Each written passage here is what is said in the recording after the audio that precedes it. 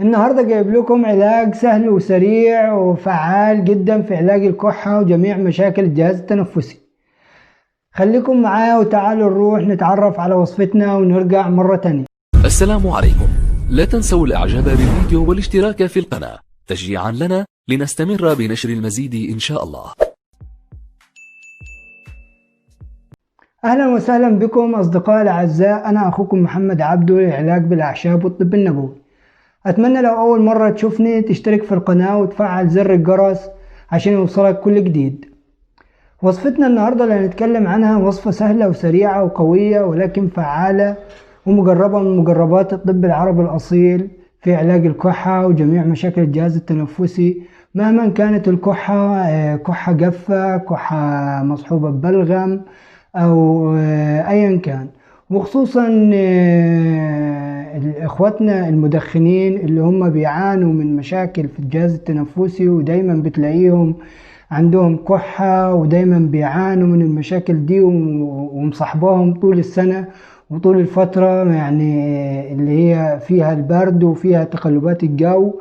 تمام. فاحنا عشان خاطر كده النهاردة نقدم لهم وصفة سهلة وفعالة جدا، واتمنى ان انتوا تجربوها وتشاركوني رأيكم وتقولوا لي ايه النتيجة بتاعتها. وانا عارف ان انتوا بعد ما تجربوها ان شاء الله رب العالمين هتدعوا لي، لانها وصفة فعلا مجربة من مجربات الطب العربي الاصيل زي ما اتعلمنا من اساتذتنا اللي اتعلمنا منهم.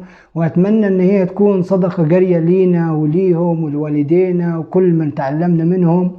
فتعالوا نروح ونشوف وصفتنا ونتعرف عليها ونشوف النسب والمقادير بتاعتنا اللي احنا وضعناها في تركيبتنا وخلطتنا بتاعت النهاردة.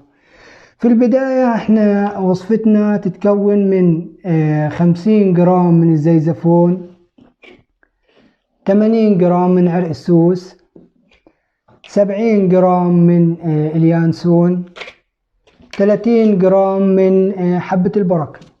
هنعيد كمان مرة المكونات بتاعتنا ونشوفها كده: 50 جرام من الزيزفون، 80 جرام من عرق السوس، 70 جرام من اليانسون، 30 جرام من حبة البركة. هنروح ونخلط كل المكونات بتاعتنا خلطة ناعمة كويسة جدا ونرجع مرة تانية عشان نعرف المقادير اللي احنا هنستخدمها، نعرف نعرف المقدار اللي هنمشي عليه في وصفتنا ديت وطريقة الاستعمال. طريقة الاستعمال النهاردة هناخد معلقة صغيرة على كوب ماء ونغليها على النار حتى الغليان، ونتركها لحد ما تبرد ونستخدمها 3 مرات في اليوم قبل الأكل. تمام. وصفتنا آمنة وفعالة ومجربة إن شاء الله رب العالمين، وآمنة على جميع أفراد الأسرة. تمام. ولكن ممنوع على الأطفال في عمر 6 سنين، في عمر 7 سنين وأقل.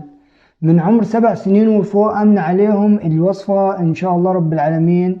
تجربوها وتقولوا لي ايه النتائج بتاعتها وايه اللي استفدتوه منها، عشان تعرفوا ان انا بقدم لكم كل حاجة مفيدة وكل حاجة مميزة وبتعب جدا فيها وفي تركيبتها وفي العلاجات بتاعتها، يعني في التركيبة بتاعتها بالنسب الصحيحة، النسب السليمة اللي المفروض نمشي عليها في النهج العلمي السليم الصحيح اللي اتعلمناه ودرسناه من أساتذتنا ومعلمينا.